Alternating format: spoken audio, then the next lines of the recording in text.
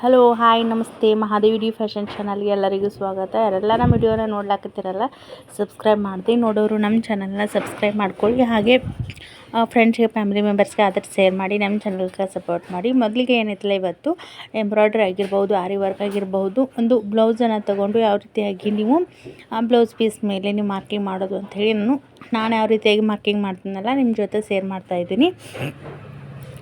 ಹಾಗೆ ಮೊನ್ನೆ ಒಂದು ವಿಡಿಯೋ ಒಳಗೆ ಏನೈತಿಲ್ಲ ಕಮೆಂಟ್ಸ್ಗೆ ನಾನು ಇವಾಗ ರಿಪ್ಲೈ ಮಾಡ್ಲಾಕತ್ತೀನಿ.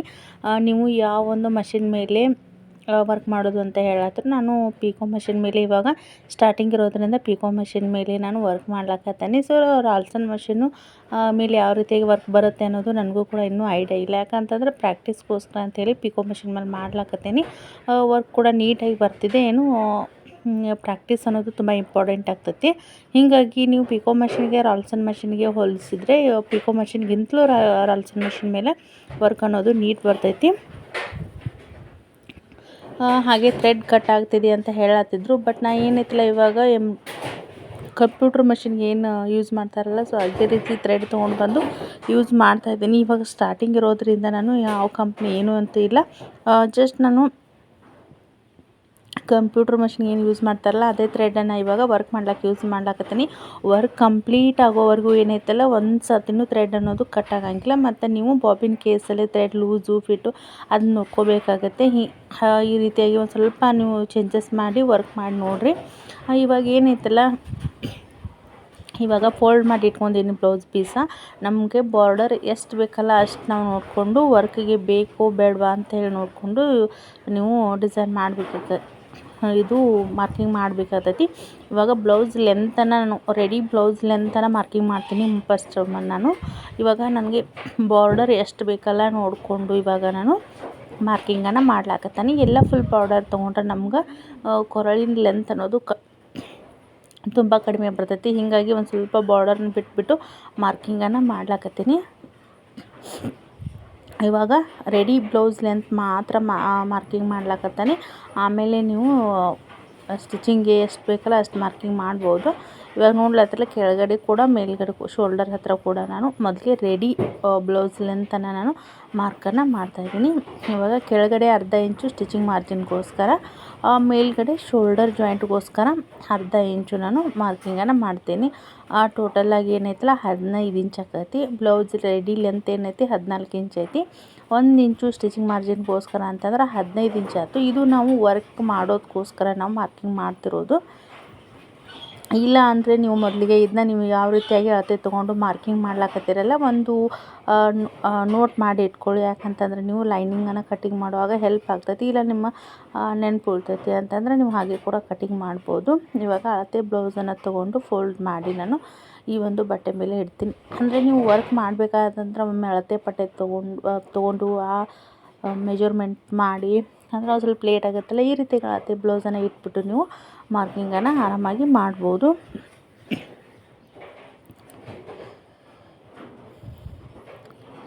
ಇಲ್ಲಿ ಏನಾದರೂ ನಿಮಗೆ ಚೇಂಜಸ್ ಬೇಕಾಗಿತ್ತು ಅಂತಂದರೆ ಲೆಂತ್ ಜಾಸ್ತಿ ಬೇಕಾಗಿತ್ತು ಅಂತಂದರೆ ಒಂದು ಸ್ವಲ್ಪ ಲೆಂತ್ ಜಾಸ್ತಿ ತೊಗೋಬೋದು.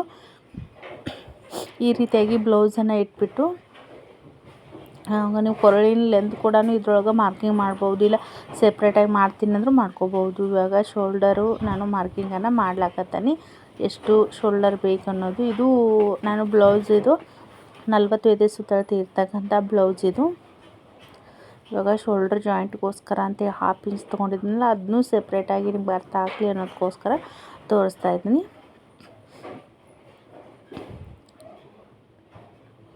ಹಾಗೆ ಇಲ್ಲಿ ಸೊಂಟದ ಸುತ್ತಳತೆ ಎಷ್ಟೈತಲ್ಲ ಅದನ್ನು ನೋಡಿಕೊಂಡು, ಅಂದರೆ ನಾವು ಬ್ಯಾಕ್ ಪಾರ್ಟಲ್ಲಿ ನಾವು ಡಿಸೈನ್ ಮಾಡುವಾಗ ಬುಟ್ಟ ಅದು ಏನಾದರೂ ನಾವು ಮಾಡ್ತಿರ್ತೀವಲ್ವ, ಹೀಗಾಗಿ ಸೊಂಟದ ಸುತ್ತಳತೆಯನ್ನು ನಾವು ಕರೆಕ್ಟಾಗಿ ಮೆಜರ್ಮೆಂಟ್ ಮಾಡಿ ಅದನ್ನು ಕೂಡ ಮಾರ್ಕಿಂಗ್ ಮಾಡೋದು ತುಂಬ ಇಂಪಾರ್ಟೆಂಟ್ ಆಗ್ತೈತಿ.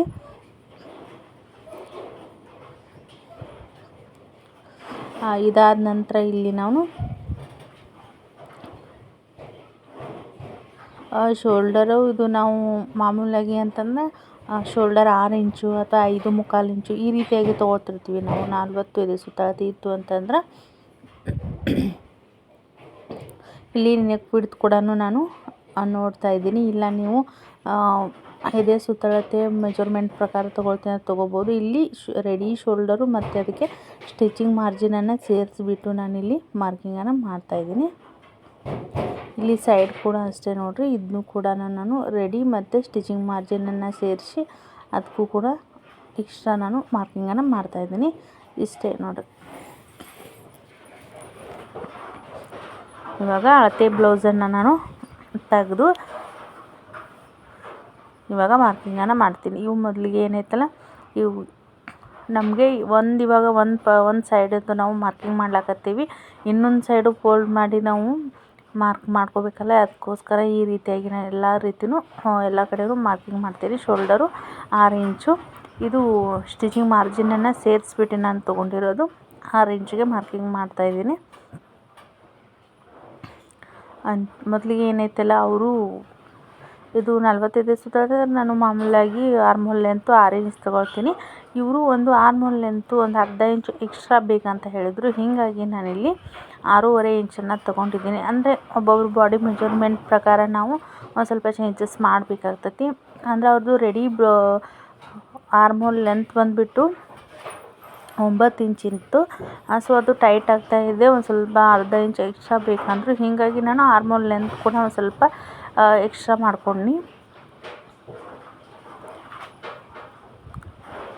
ಇಲ್ಲಿ ನೋಡ್ಲಾಕತ್ತಿರಲ್ಲ, ಮೊದಲಿಗೆ ಆರ್ಮೋಲ್ ಲೆಂತ್ ಎಷ್ಟೈತಿ ಅನ್ನೋದನ್ನು ನಾವು ಈ ರೀತಿಯಾಗಿ ಬ್ಲೌಸನ್ನು ಇಟ್ಕೊಂಡ್ಬಿಟ್ಟು ಶೋಲ್ಡರಿಂದ ಹಿಡಿದು ಇವಾಗ ಬ್ಯಾಕ್ ಪಾರ್ಟಲ್ಲಿ ನಾನು ಮಾರ್ಕಿಂಗ್ ಮಾಡ್ತಿರೋದು, ಅಳತೆ ಮಾಡ್ತಿರೋದು ನೋಡ್ತಾ ಇರ್ಬೋದು. 9 ಇಂಚ್ ಐತಿ. ನಾನು 9.5 ಬರುತ್ತೋ ಇಲ್ವೋ ಅಂತ ಇಲ್ಲಿ ಮಾರ್ಕಿಂಗ್ ಮಾಡಿ 1/4 ಇಂಚಿಗೆ ನಾನು ಮಾರ್ಕಿಂಗ್ ಮಾಡ್ತೀನಿ. ಇವಾಗ ಬ್ಯಾಕ್ ಪಾರ್ಟ್ ಮಾರ್ಕಿಂಗ್ ಮಾಡ್ಲಾಕತ್ತೀವಲ್ವ,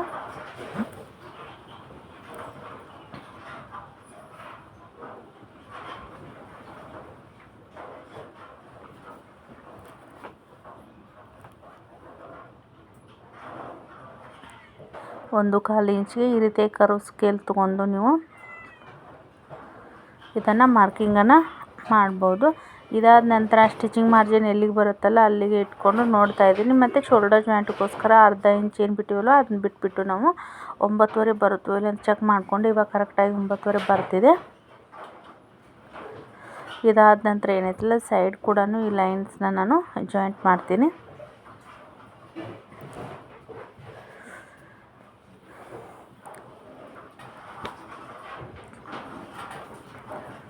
ಹಾಗೆ ಇವಾಗ ಕೊರಳಿನ ಲೆಂತ್ ಬಂದು ನಾನು 10.5 ಇಂಚನ್ನು ನಾನು ತೊಗೊಳ್ತಾ ಇದ್ದೀನಿ. ಸ್ಟಿಚಿಂಗ್ ಮಾರ್ಜಿನನ್ನು ಸೇರಿಸ್ಬಿಟ್ಟು ಇಲ್ಲಿ ಕರೆಕ್ಟಾಗಿ 10.5 ಇಂಚಿಗೆ ನಾನು ಮಾರ್ಕಿಂಗನ್ನು ಮಾಡ್ತೀನಿ. ಆಮೇಲೆ ಕೆಳಗಡೆ ಇಲ್ಲಿ ನೆಕ್ ವಿಡ್ತ್ ಬಂದು ಇಲ್ಲಿ 3 ಇಂಚ್ ತೊಗೊಳ್ತೀನಿ, ಸ್ವಲ್ಪ ಬ್ರಾಡ್ ಇರಲಿ ಅಂಥೇಳಿ. ಆಮೇಲೆ ಮೇಲ್ಗಡೆ ನೆಕ್ ವಿಡ್ತ್ ನೀವು ನಾನಿವಾಗ ಅಳತೆ ಬ್ಲೌಸ್ ಇಟ್ಟು ಮಾರ್ಕಿಂಗ್ ಮಾಡಿದ್ನಲ್ಲ, ಬೇಕು ಅಂತಂದರೆ ನೀವು 2.25 ಇಂಚು ಅಥವಾ 2.5 ನಿಮ್ಗೆ ಎಷ್ಟು ಬೇಕಲ್ಲ ನೆಕ್ ನೋಡಿ ಮಾರ್ಕಿಂಗನ್ನು ಮಾಡೋದು. ಇದಕ್ಕೆ ನಾವು ಮಾಮೂಲಾಗಿ 2.5 ಇಂಚು ನೆಕ್ ಬಿಟ್ಟು ತೊಗೊಂಡಿರ್ತೀವಿ. ಇಲ್ಲಿ ಯಾವ ಶೇಪ್ ಬೇಕಲ್ಲ ನೀವು ಡ್ರಾ ಮಾಡ್ಕೋಬೋದು. ನಾನು ರೌಂಡ್ ಶೇಪಲ್ಲಿ ಇಲ್ಲಿ ವರ್ಕ್ ಮಾಡ್ತಾ ಇರೋದ್ರಿಂದ ರೌಂಡ್ ಶೇಪಲ್ಲೇ ನಾನು ಮಾರ್ಕಿಂಗನ್ನು ಹಾಕ್ತೀನಿ.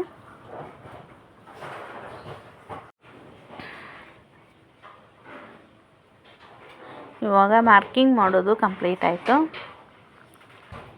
ಇದಾದ ನಂತರ ಏನೈತಲ್ಲ ಇದು ನಾವು ಎಲ್ಲಿಗೆ ವರ್ಕ್ ಮಾಡಬೇಕಲ್ಲ ಅಲ್ಲಿಗೆ ನಾನು ಮಾರ್ಕಿಂಗನ್ನು ಮಾಡ್ಲಾಕತ್ತಾನೆ. ಇಷ್ಟು ನಾವು ವರ್ಕ್ ಮಾಡಬೇಕಾದದ್ದು ನಾನು ಆರಿ ವರ್ಕ್ ಮಾಡ್ತಾ ಇರೋದ್ರಿಂದ ವರ್ಕ್ ಮಾಡ್ಲಾಕ ಲೈನನ್ನು ಹಾಕ್ಲಾಕತ್ತಾನೆ. ನಾವು ಕಟ್ಟಿಂಗ್ ಏನೈತಲ್ಲ ಈ ಮುಂದಿನ ಲೈನ್ ಏನೈತಲ್ಲ ಅಲ್ಲಿ ಮಾಡಿಕೊಂಡು ಸ್ಟಿಚ್ ಆದ ನಂತರ ರೆಡಿ ಏನೈತಲ್ಲ ಸೆಕೆಂಡ್ ಲೈನ್ ಏನು ಹಾಕಿವಲ್ವ ಅಲ್ಲಿಗೆ ರೆಡಿ ಬರ್ತೈತಿ. ನಾವು ವರ್ಕ್ ಸ್ಟಾರ್ಟ್ ಮಾಡಬೇಕಾದದ್ದು ಸೆಕೆಂಡ್ ಲೈನ್ ಏನು ಹಾಕಿದ್ವಲ್ಲ ಲಾಸ್ಟ್ ಆ ಲೈನಲ್ಲಿ ನಾವು ವರ್ಕನ್ನು ಹಾಕಬೇಕಾಗ್ತೈತಿ. ಇವಾಗ ಇನ್ನೊಂದು ಸರ್ತಿ ನಾನು ಈ ರೀತಿಯಾಗಿ ಮಾರ್ಕಿಂಗನ್ನು ಮಾಡ್ತೀನಿ. ಮಾಡಾದ ನಂತರ ಇವಾಗ ಮಧ್ಯದಲ್ಲಿ ಏನು ಫೋಲ್ಡ್ ಮಾಡಿವಲ್ವ ಕರೆಕ್ಟಾಗಿ ನೋಡಿಕೊಂಡು ನಾವು ಮತ್ತೆ ಅದನ್ನು ಫೋಲ್ಡ್ ಮಾಡಿ ಇನ್ನೊಂದು ಸೈಡ್ ಏನೈತಲ್ಲ ಅದು ಪ್ರೆಸ್ ಮಾಡ್ಬೇಕು. ನಾವು ಎರಡು ಸೈಡ್ ಏನೈತಲ್ಲ ಕರೆಕ್ಟಾಗಿ ಒಂದೇ ಅಳತೆ ಮೆಜರ್ಮೆಂಟ್ ಬರ್ತೈತಿ. ಇವಾಗ ಈ ರೀತಿಯಾಗಿ ತೊಗೊಂಡು ಬ್ಲೌಸ್ ಪೀಸನ್ನು ನಾವು ಕರೆಕ್ಟಾಗಿ ಮೊದಲಿಗೆ ಯಾವ ರೀತಿಯಾಗಿ ಫೋಲ್ಡ್ ಮಾಡಿದ್ವಲ್ವ ಅದೇ ರೀತಿ ಫೋಲ್ಡ್ ಮಾಡಿಬಿಟ್ಟು ಪ್ರೆಸ್ ಮಾಡಿದ್ವಿ ಅಂತಂದ್ರೆ ನೋಡ್ತಾ ಇರ್ಬೋದು ಎರಡು ಸೈಡ್ ಮಾರ್ಕಿಂಗ್ ಅನ್ನೋದು ಕಂಪ್ಲೀಟ್ ಆಯಿತು. ಈ ರೀತಿಯಾಗಿ ನೀವು ಮಾರ್ಕಿಂಗನ್ನು ಮಾಡಿ ವರ್ಕ್ ಮಾಡ್ಬೋದು. ನೆಕ್ಸ್ಟ್ ಒಂದು ವಿಡಿಯೋ ಒಳಗೆ ನಾನು ಯಾವ ರೀತಿಯಾಗಿ ಸಿಂಪಲ್ಲಾಗಿ ಮಾಡ್ಬೇಕಂತೇಳಿ ಅಂದ್ಕೊಂಡಿದ್ದೀನಿ. ಇದು ಸಿಂಪಲ್ ಸಾರಿಯಾಗಿರೋದ್ರಿಂದ ಅದನ್ನ ನಿಮ್ಮ ಜೊತೆ ಶೇರ್ ಮಾಡ್ತೀನಿ. ಯಾವ ರೀತಿಯಾಗಿ ವರ್ಕ್ ಮಾಡಿದೆ ಅನ್ನೋದನ್ನು ಅದನ್ನು ಕೂಡ ನಿಮ್ಮ ಜೊತೆ ಶೇರ್ ಮಾಡ್ತೀನಿ. ಮೊದಲಿಗೆ ಮಾರ್ಕಿಂಗ್ ಮಾಡೋದನ್ನು ವಿಡಿಯೋ ಹಾಕಿಬಿಟ್ಟು ನಂತರ ವರ್ಕ್ ಮಾಡೋ ವಿಡಿಯೋನ ಹಾಕಬೇಕು ಅಂದ್ಕೊಂಡು ಇವತ್ತು ಮಾರ್ಕಿಂಗನ್ನು ತಿಳಿಸ್ಕೊಟ್ಟಿನಿ. ಇದಾದ ನಂತರ ಫ್ರಂಟ್ ಸೈಡಲ್ಲಿ ಏನೈತಲ್ಲ ನಾವು ಬ್ಲೌಸ್ ಲೆಂತನ್ನು ಚೆಕ್ ಮಾಡಿಬಿಟ್ಟು ಇಲ್ಲಿ ಕೂಡ ಶೋಲ್ಡರು 6 ಇಂಚ್ಗೆ ಮಾರ್ಕಿಂಗನ್ನು ಮಾಡ್ತೀನಿ. ಇಲ್ಲಿ ಮಧ್ಯದಲ್ಲಿ ನೋಡ್ತಾ ಇರ್ಬೋದು, 1-2 ಇಂಚ್ ಆಗೋಷ್ಟು ನಾನು ಸ್ಪೇಸ್ ಬಿಟ್ಬಿಟ್ಟು ಮಾರ್ಕಿಂಗ್ ಮಾಡ್ಲಾಕತ್ತೀನಿ. ಆ ನೆಕ್ ವಿಡ್ತ್ ಕೂಡ 2.5 ಇಂಚ್ಗೆ ಮಾರ್ಕಿಂಗ್ ಮಾಡಿದೆ. ನಮಗೆ ಫ್ರಂಟ್ ಶೇಪಲ್ಲಿ ನಮಗೆ ಇಷ್ಟೇ ಇಷ್ಟು ಮಾರ್ಕಿಂಗ್ ಆದರೆ ನಮ್ಗೆ ಸಾಕು. ಇಲ್ಲಿ ಕೆಳಗಡೆ 2.25 ಇಂಚ್ಗೆ ಮಾರ್ಕಿಂಗ್ ಮಾಡೀನಿ. ಇಲ್ಲಿ ನಿಮ್ಗೆ ಯಾವ ಶೇಪಲ್ಲಿ ಬೇಕಲ್ಲ ಯಾವ ಶೇಪಲ್ಲಿ ನೀವು ವರ್ಕ್ ಮಾಡ್ಕೋಬೋದು, ಅಂದರೆ ಇಲ್ಲಿ ಡ್ರಾ ಮಾಡಿಕೊಂಡು ವರ್ಕ್ ಮಾಡ್ಬೋದು. ನಾನು ಇಲ್ಲಿ ಒಂದು ಮಾಮೂಲಿಗೆ ಒಂದು ಶೇಪ್ ಕೊಡ್ಲಾಕತ್ತೀನಿ.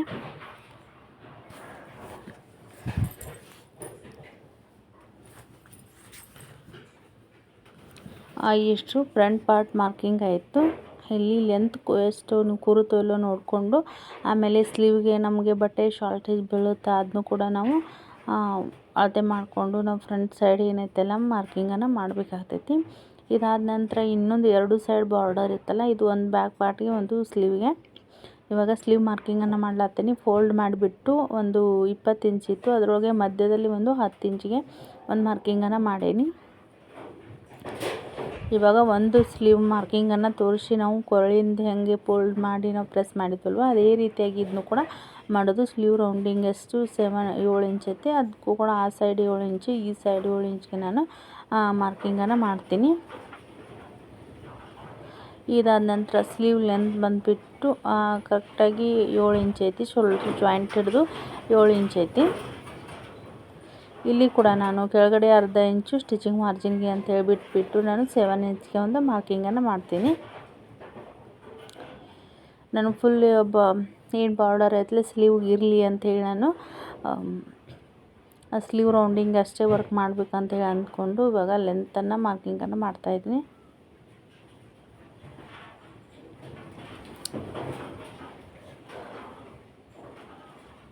ಏಳು ಇಂಚ್ಗೆ ಮಾರ್ಕಿಂಗ್ ಆದ ನಂತರ ಸೆಂಟ್ರಲ್ಲಿ ಒಂದು ಲೈನನ್ನು ಹಾಕ್ಕೊಂಡೀನಿ. ಆ ಸೈಡ್ 1.5 ಇಂಚು ಈ ಸೈಡ್ 1.5 ಇಂಚು ಈ ರೀತಿಯಾಗಿ ಮಾರ್ಕಿಂಗನ್ನು ಮಾಡ್ತೀನಿ.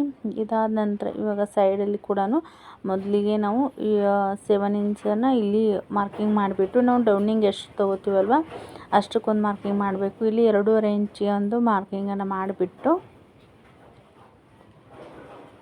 ಒಂದು ಲೈನನ್ನು ಹಾಕೋತೀನಿ. ಇದು ಡೌನಿಂಗ್ ಎಷ್ಟು ತೊಗೋಬೇಕಲ್ಲ ನೋಡಿಕೊಂಡು ನೀವು ಮಾಡ್ಕೊಳ್ಳಿ. ಆರ್ಮ್ ಲೆಂತ್ ಬಂದು 9.5 ಅಲ್ವಾ, 9.5ಗೆ ಒಂದು ಮಾರ್ಕನ್ನು ಮಾಡ್ತೀನಿ. ಇಲ್ಲಿ ಒಂದು ರಫ್ ಈ ರೀತಿಯಾಗಿ ಒಂದು ಡ್ರಾ ಮಾಡ್ಕೊಳ್ತೀನಿ. ಇದಾದ ನಂತರ ಇನ್ನೊಂದು ಸೈಡ್ ಕೂಡ ಇದೇ ರೀತಿಯಾಗಿ ನಾವು 9.5 ಡೌನಿಂಗನ್ನು ಎಷ್ಟು ತೊಗೋಬೇಕಲ್ಲ ಅಷ್ಟು ತೊಗೊಂಡು 2.5 ಇಂಚ್ಗೆ ಮಾರ್ಕಿಂಗ್ ಮಾಡಿಬಿಟ್ಟು ಆಮೇಲೆ ಆರ್ಮ್ ಲೆಂತ್ 9.5 ಅಲ್ಲ 9.5ಗೆ ಒಂದು ಮಾರ್ಕಿಂಗನ್ನು ಮಾಡ್ಲಾಕತ್ತೀನಿ. ಸೊ ಇದಾದ ನಂತರ ನಾನಿವಾಗ ಶೇಪನ್ನು ತೆಗಿಲಾಕತ್ತೇನೆ.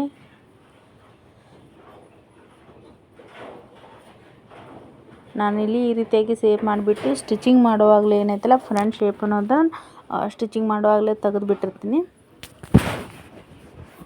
ಹೀಗಾಗಿ ಸ್ಲೀವ್ ರೌಂಡಿಂಗು ಮತ್ತು ಆರ್ಮ್ ಲೆಂತು ಏನು ಮಾರ್ಕಿಂಗ್ ಮಾಡಿದ್ರೆ ಅದು ಕೂಡ ಈ ರೀತಿಯಾಗಿ ಜಾಯಿಂಟ್ ಮಾಡ್ಕೊಳ್ತೀನಿ. ಇದಾದ ನಂತರ ಇವಾಗ ಸ್ಲೀವ್ ರೌಂಡಿಂಗು ಲೆಂತ್ ಎಲ್ಲನೂ ಮಾರ್ಕಿಂಗ್ ಮಾಡಿ ಕಂಪ್ಲೀಟ್ ಆಯಿತು. ಇನ್ನು ಈ ರೀತಿಯಾಗಿ ಫೋಲ್ಡ್ ಮಾಡಿಬಿಟ್ಟು ಪ್ರೆಸ್ ಮಾಡ್ತೀನಿ. 2 ಸೈಡ್ ಕೂಡ ಹೋಗ ಸ್ಲೀವ್ ಮಾರ್ಕಿಂಗ್ ಅನ್ನೋದು ಕಂಪ್ಲೀಟ್ ಆಗ್ತೈತಿ. ಈ ರೀತಿಯಾಗಿ ನೋಡಿರಿ ಎಲ್ಲ. ಇವಾಗ ಮತ್ತು ಇಲ್ಲಿ ನಾವು ಲೈನ್ಸನ್ನು ಹಾಕೊಳ್ಳೋಣ. ಈ ರೀತಿಯಾಗಿ ನೀವು ವರ್ಕ್ ಆರಾಮಾಗಿ ಯಾರು ವರ್ಕ್ ಮಾಡ್ತೀರಾ ಅಥವಾ ಎಂಬ್ರಾಯ್ಡ್ರಿ ಮಾಡ್ತೀರಾ ನೀವು ಆರಾಮಾಗಿ ಒಂದು 10 ನಿಮಿಷದೊಳಗೆ ಏನೈತಲ್ಲ ಈ ರೀತಿಯಾಗಿ ನೀವು ಮಾರ್ಕಿಂಗನ್ನು ಮಾಡಿಬಿಟ್ಟು ನೀವು ವರ್ಕ್ ಮಾಡ್ಬೋದು. ಸೊ ಇವತ್ತಿನ ವಿಡಿಯೋ ಇಷ್ಟ ಆಯಿತು ಅಂತ ಅಂದ್ಕೊಂಡಿದ್ದೀನಿ. ನೆಕ್ಸ್ಟ್ ಒಂದು ನಿಮ್ಗೆ ಯಾವ ಡಿಸೈನ್ ಮಾಡ್ತೀನಿ ಅನ್ನೋದನ್ನು ನಾನು ಕಲಿತಾ ನಿಮಗೆ ತಿಳಿಸ್ತಾ ಹೋಗ್ತೀನಿ ಅಂತ ಹೇಳ್ತಾ ಇವತ್ತಿನ ವಿಡಿಯೋನ ನಾನು ಇಲ್ಲಿಗೆ ಏನು ಮಾಡ್ತೀನಿ. ನೆಕ್ಸ್ಟ್ ಒಂದು ಡಿಸೈನ್ ಒಂದು ಆರಿ ವರ್ಕ್ ಡಿಸೈನ್ ವಿಡಿಯೋ ಮುಖಾಂತರ ನಿಮ್ಮನ್ನು ಭೇಟಿ ಆಗ್ತೀನಿ ಅಂತ ಹೇಳ್ತಾ ಯಾರೆಲ್ಲ ನೋಡ್ಲತ್ರ ಎಲ್ಲರೂ ಕೂಡ ಥ್ಯಾಂಕ್ ಯು ಸೋ ಮಚ್. ಹಾಗೆ ವಿಡಿಯೋ ಇಷ್ಟ ಆಯಿತು ಅಂತಂದರೆ ಒಂದು ಲೈಕ್ ಕೊಡ್ರಿ. ಹಾಗೆ ಸಬ್ಸ್ಕ್ರೈಬ್ ಮಾಡದೇ ಇರೋರು ನಮ್ಮ ಚಾನಲ್ ಸಬ್ಸ್ಕ್ರೈಬ್ ಮಾಡಿಕೊಂಡು ಫ್ರೆಂಡ್ಸ್ಗೆ ಫ್ಯಾಮಿಲಿ ಮೆಂಬರ್ಸ್ಗೆ ವಿಡಿಯೋನ ಶೇರ್ ಮಾಡಿ ನಮ್ಮ ಚಾನಲ್ಗೆ ಸಪೋರ್ಟ್ ಮಾಡಿ ಅಂತ ಹೇಳ್ತಾ ಇವತ್ತಿನ ವಿಡಿಯೋನ ಇಲ್ಲಿಗೆ ಎಂಡ್ ಮಾಡ್ತೀನಿ. ಯಾರೆಲ್ಲ ನೋಡ್ಲತ್ತಿರಲ್ಲ ಎಲ್ಲರೂ ಕೂಡ ಥ್ಯಾಂಕ್ ಯು ಸೋ ಮಚ್.